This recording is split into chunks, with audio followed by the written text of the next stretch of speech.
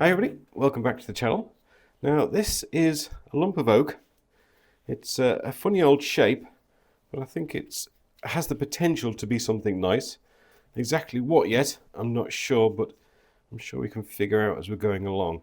Now we've got quite a heavy thick bark on this, which I don't know if it'll feature in the final piece. If it can be kept, I will do. Otherwise, I'm afraid we'll be saying goodbye to it. We do have a lot of cracking in this wood to bear in mind as we're turning. Nothing looks overly huge, so I don't think it's going to give us a lot of structural problems. The main problem I've got is how to mount it and what to do with it. Now, I've been turning this around in my hands for a few days now, and what I'm thinking currently is that this is going to be the top of the piece around here, which will obviously make this the base, and that's about as far as I've got so far. So I think what I'm going to do is quickly nip this over to the bandsaw, try and take away a lot of this heavy bark we've got on here to try and find a nice flat piece of wood that we can get it safely onto the lathe, and then we'll mount it this way and see how it goes.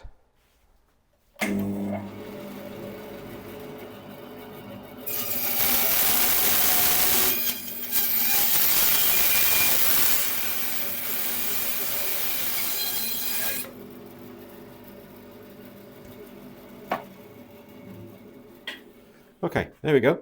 That's given us a nice flat piece of wood on the base that we can bring the tailstock up into nice and safely. So we'll get this on the lathe and try and figure out what it's going to become. Okay, we're on the lathe, just holding it very lightly between centres at the moment. So I'm just trying to have a look at this and trying to orient it in a way that will give us the best chance for a reasonable outcome. Now I think if I just bring it this way a bit, there, right, I think it's kicked us a little bit out of balance from what we were before, but it means that we might be able to make more of this area because it's sloping more this way. If we'd kept it there, then I think it would have, or would it? Yeah, it would have meant that this side, it would have been, whatever we would have created would have had to have been too upright. So at least this way, I think if I move the top across a bit as well, then we've got a reasonable chance of getting. Okay, we'll just tighten that up. Now it's just a funny shape, and it is really quite confusing as to how to get the most out of it. But we could be playing around with it all day and not get any further forward. So at some point we just make a decision and we proceed. Now that is about as good as I can gather at the moment. It's got a reasonable balance to it. So we'll lock this off and start turning. Okay, all sharpened up. We're going to be starting to turn at about 720 RPM. So we'll start flattening off the base and start working up the sides and see if we can figure out what to make out of this big lump.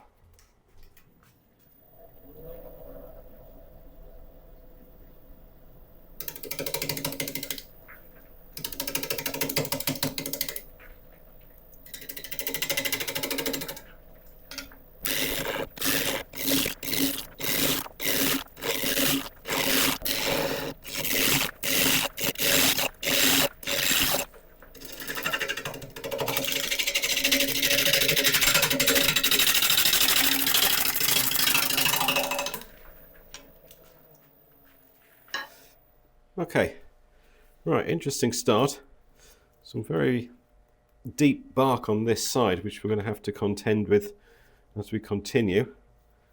You can see some lighter areas in the oak as well, which denotes some areas of rot that we're going to have to live with as well. And also these cracks, but we knew about those at the start. I don't think they're going to be structural, so we'll just keep an eye on them, but I'm not going to worry about them too much at all. Now, I would normally carry on working up this side, but I think I'm just going to bring the tool rest around here and just start working a bit in this area to see what the wood is like underneath, to hopefully give us an idea of what we can make.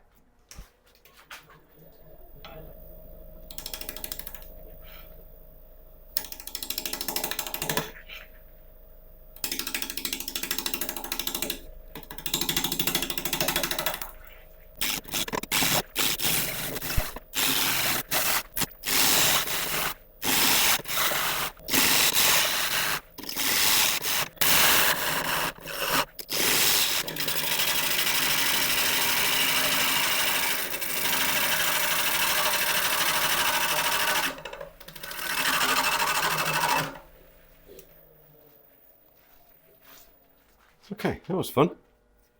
Oh wow, look at that. Some amazing pink going through this oak. That really is quite beautiful. Now that crack is certainly of interest, and not in a good way. How's this side? This side looks alright. Okay, at the moment we're heading towards a kind of very, very upright piece, which is fine. I'm open to this being absolutely anything. I'm never really too worried about what we end up turning out.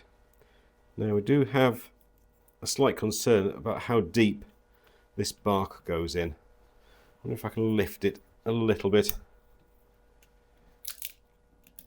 just to give me a bit of an idea. It is quite deep. Okay, it's not ugly though, is it? I mean, if we were to get this wood round here, if that was to appear in the midst of it somewhere, all nicely sanded with a finish on it, that wouldn't be horrible, would it? Alright, we still have this kind of dip here as well to think about. Let's take these sides in to about there and see where that leaves us. In cracks wise, this is the one that could cause a problem. Things going straight up and straight down, we can deal with those quite easily. But if you imagine this being hollowed out, then that is going to go right from the edge across, and if it joins up with one of these coming down, then there is a chance of this whole piece coming away when it's hollowed out. So we need to keep an eye on that and think of a way to deal with it. There's plenty of ways we can, but we'll just leave it for now and then keep an eye on it. Right, take this in a little bit more.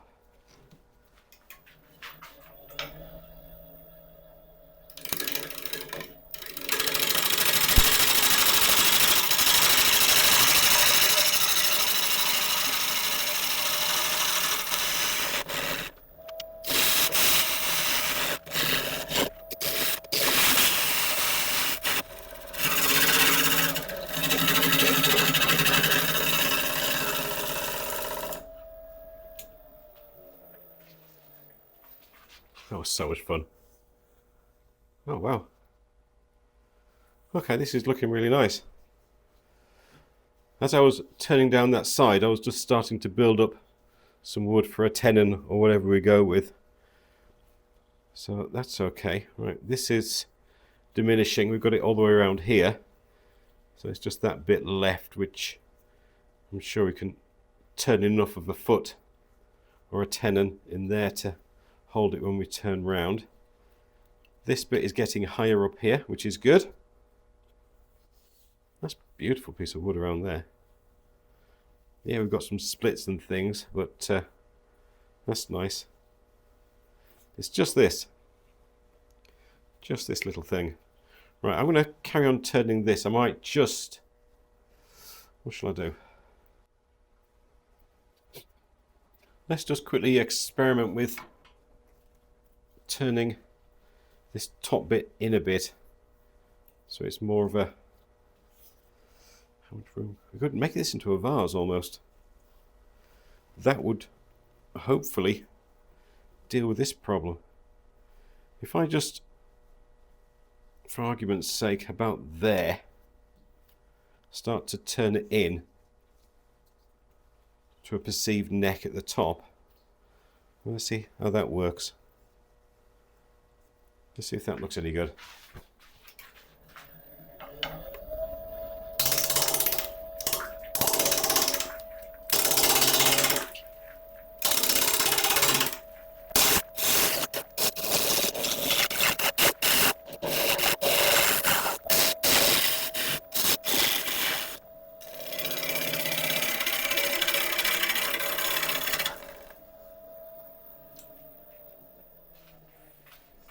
Okay.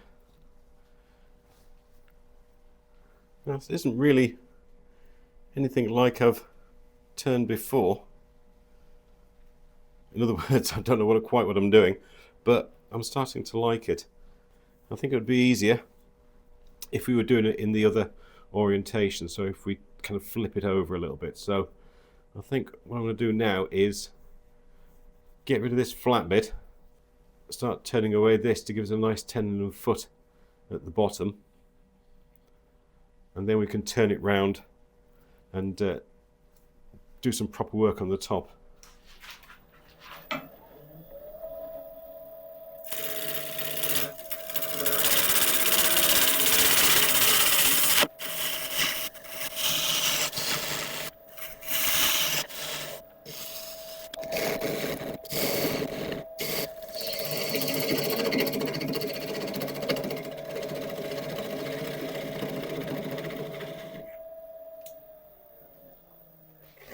Okay, I'm just stopping to see how much wood I've got around here to make the tenon with. Now, we wouldn't be leaving this bark in here, we'd be taking it away and polishing what was left underneath. So I'm just going to see if I can get this out, if possible, to have a look at what's underneath.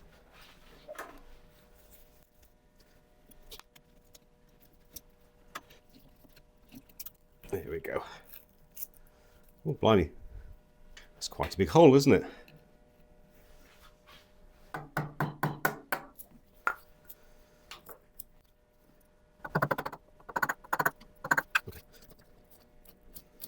Okay, I think I'll just do a couple more passes to reduce this size, take it up a little bit higher. So we've got plenty of nice solid wood for a tenon and a nice bit of wood for a foot as well.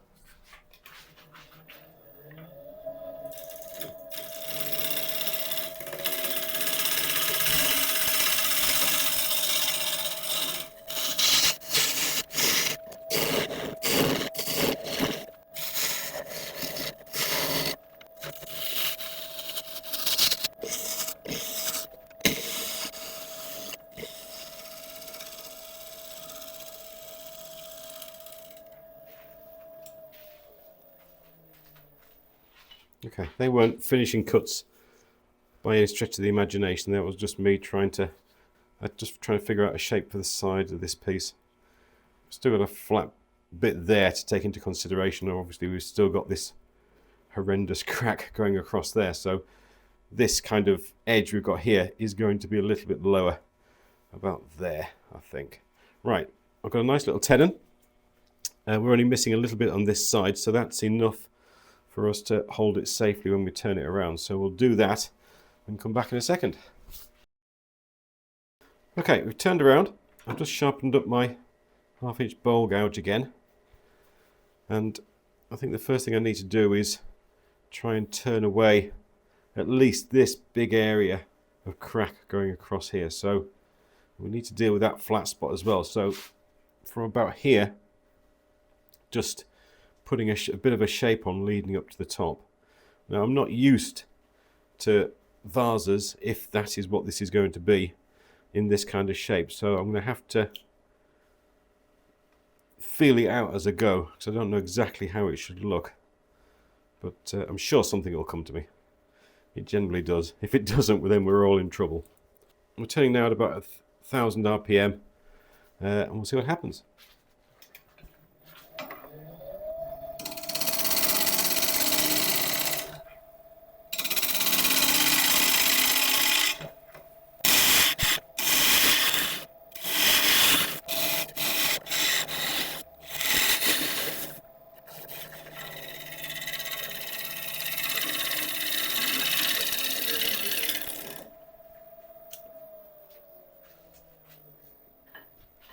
Okay, let's have a look. Right, we've nearly got rid of that flat spot, which is good. The crack, we've got this one going across here, which is no great problem. We've got these coming up from the pith area, which certainly needs some sort of cleaning up. This bark, I want that to go. Now, one thing I was thinking as I was putting those curves up here was it would be maybe nice to have a small natural edge opening to this vase. We have lost a bit of bark there, but I might be able to find a bit on the floor we can stick in. Although I am going to hopefully take out this bark, so we might just sand the rough edge, as it were. Right, what do I do now? I've still got a little bit of flat there. I think I'm going to do a little bit of work on here just to put some finishing cuts to smooth this up, and then we can worry about getting the shape of this top in relation to the base. So I reckon the base needs sorting out first.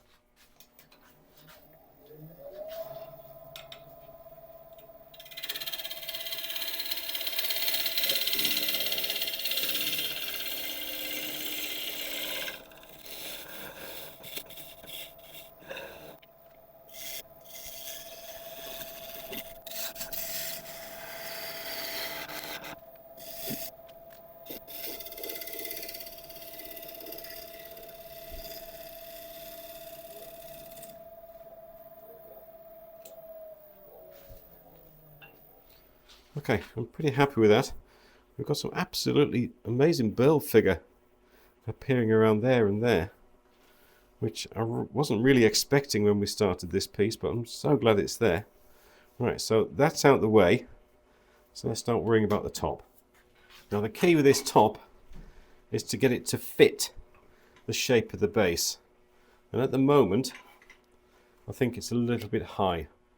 There is a kind of a 2/3 rule in design, which state that from this top area, from here to the top of the piece we're making, should be 1/3 of the height of the rest. So it's around there. So that's the kind of height I'm going to be looking for. It may end up a little bit higher, but the main body of this top area is going to be within that third.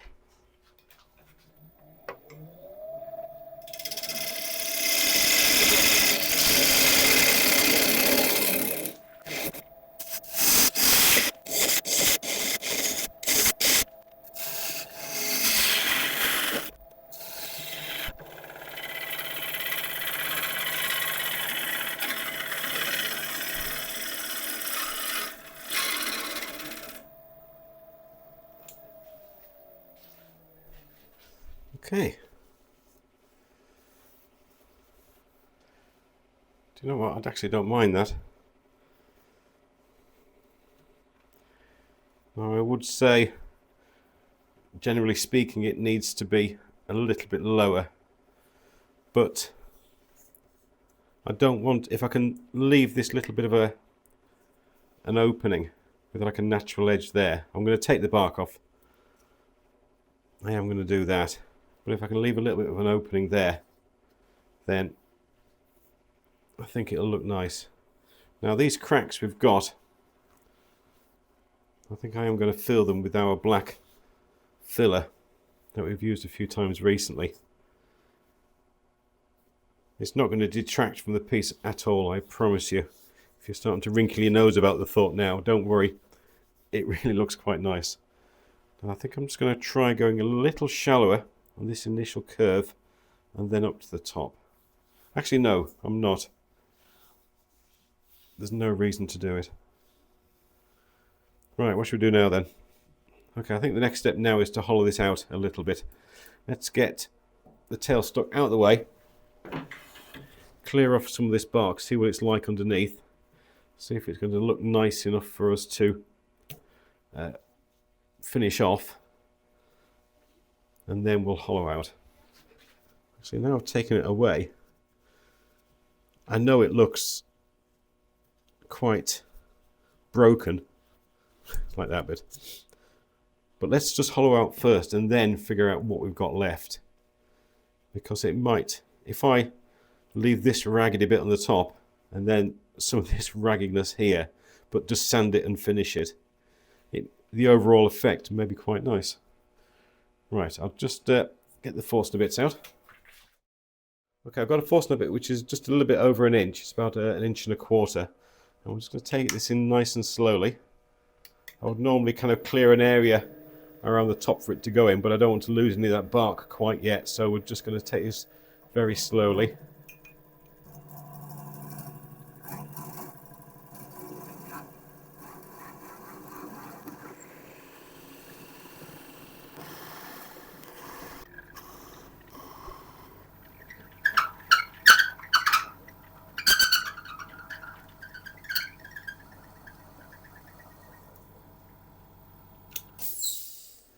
Okay, so the hole's all nicely done.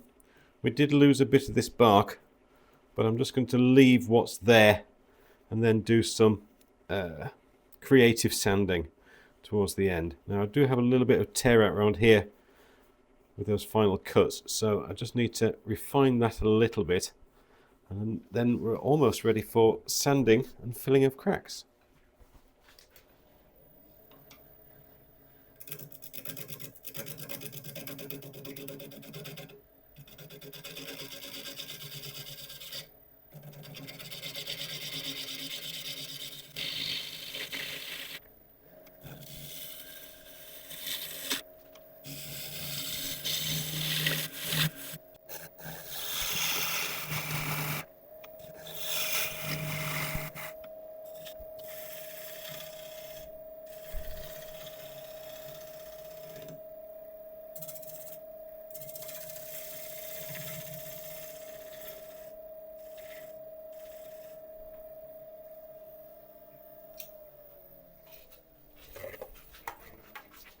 Okay, that is so much cleaner, so much better. Right, I'm just going to give this a quick sanding with 120 grit just to sort out any of the major problems, which there aren't many, and then I'll bring you back straight after and we'll fill these cracks, and when that's dry we'll do the proper sanding. Okay, this is the stuff we're using. It's a Brummer's Stoppings wood filler for interior and exterior in black. Now this stuff apparently has been on the market for decades, so something that sticks around that long, hopefully it's going to be good. Now while my hands are, well, while my gloves are relatively clean, I'll do the area around this bark. I've just, if you can see it there, I've just put some on my glove. I'm just pressing it in to that crack and just rubbing it in. This stuff goes hard very quickly. It says on the tin you should be able to sand it within 2 hours. Now, it's all well and good, but I've got a few responsibilities inside the house to get on with this evening, so I'm going to be coming back and sorting this out in the morning.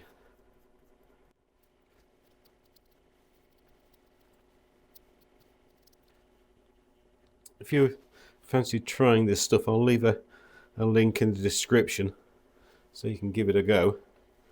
But do take your time when filling cracks because it's easy to miss them. So just do it methodically, bit by bit. There is no rush with this bit. The last thing you want to have to do is start the process again after you've put the time and effort in to do it once.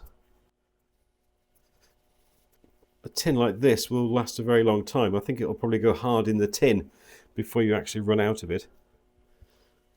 The tip there is just to make sure that the lid is nicely firmly closed so it doesn't go off any quicker than it needs to. Don't worry about getting it on the wood as well, it does sand off very easily. Right. Possible one there. It's very faint, but we'll give it a go. Right, I think that's them all.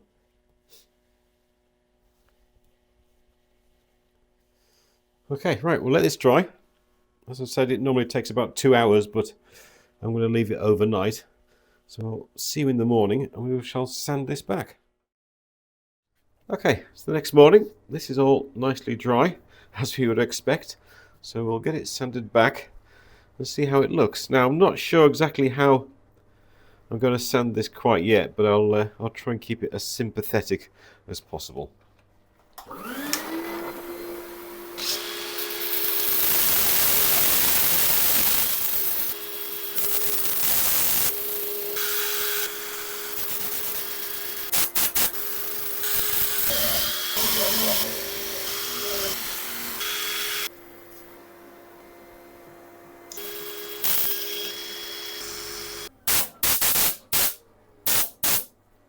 Okay, well that's sanded rather well. We've kind of got like a broken tooth situation going on with the top, but I still like it. I'm still happy, and I'm not going to change it from that. I think it fits in well with the style of the rest of the piece. Now I'm just going to quickly wipe on a bit of isopropyl alcohol just to help clean any of the remaining dust off the surface. Oh my goodness.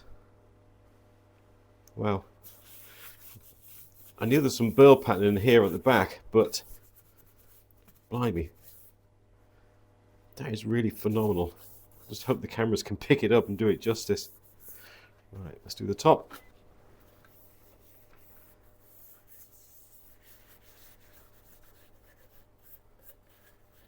It's not a bad looking piece of wood, this.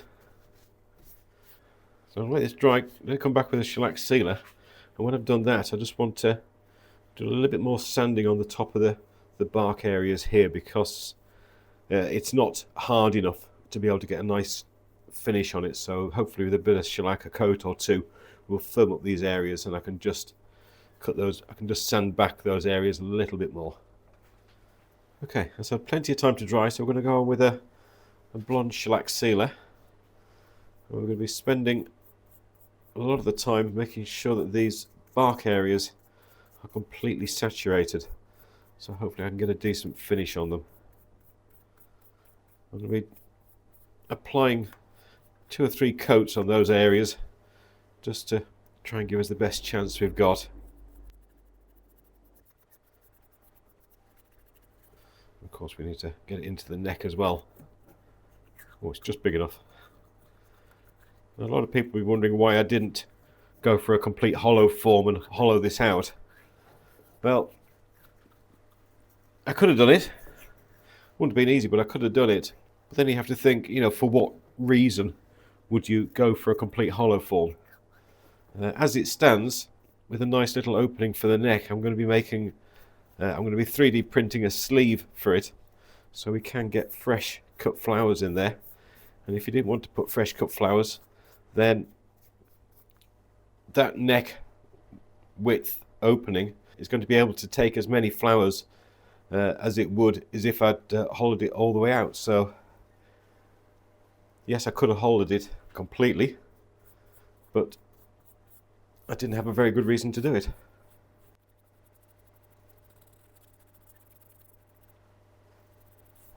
Okay, right, I'm going to let this first coat dry, and I'm going to come back on with a couple more, especially as I mentioned around the bark areas. And then when that's done, I'll bring you back and we'll see if we can get a bit more of a better finish on those. Okay, we've had plenty of coats of shellac on here now, so I'm just going to take a small abrasive pad, one of the kind of Scotch pads, and go over the whole piece, especially around these areas, to try and make sure it's as smooth as we can get it, and then we'll look at putting a final finish on it.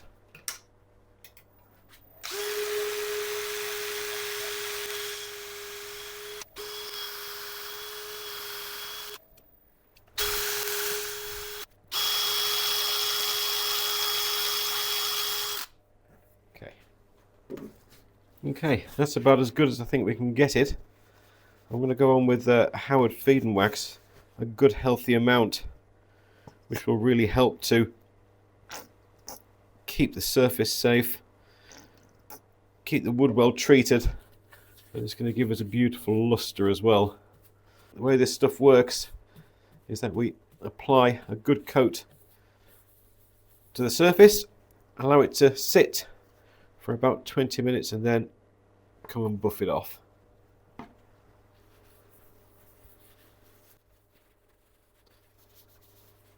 Just make sure I kind of saturate this bark.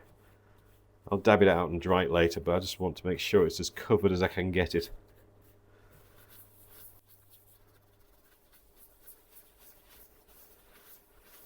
Okay, right.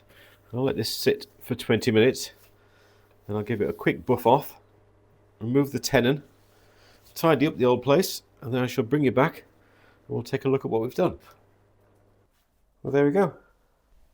A live edge oak vase.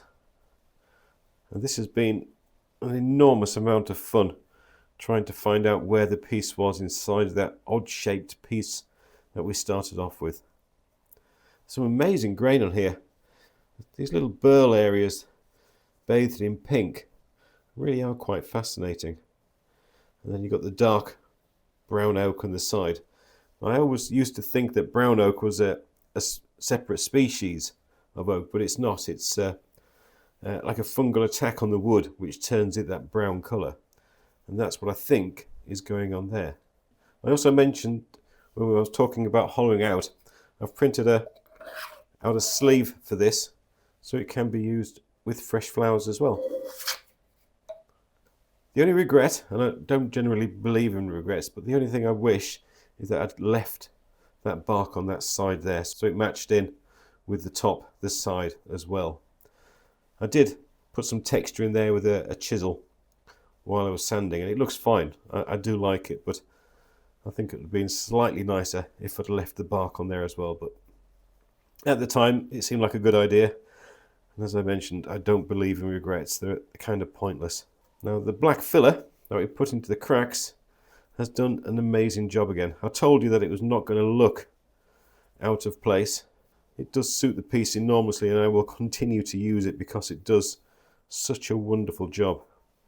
Those burls are just absolutely beautiful. I'll leave some high-res pictures at the end so you can get a better look at them, but they really are wonderful. Well, there we go. I hope you've enjoyed it this week. If you have, I would really appreciate a like and subscribe and all the usual things. And don't forget that if you do leave a comment, you are going to be entered into the next giveaway the next time we do one. Currently thinking about 70,000 subscribers. It's either going to be that or Christmas. It depends which comes first. I'd also like to say an enormous thank you to Kathy, Ellen, Jeanette, Peter, Alison and David for supporting me this week through Buy Me a Coffee and through YouTube as well. Your support is absolutely amazing and I am really, really grateful. Thank you so much. If you do want to support the channel, then there are links at the end to the Buy Me a Coffee page, and all money raised is put back into the channel so we can buy more and more wonderful wood to turn together. But apart from that, thank you very much indeed for watching, and I'll see you next time. Thank you.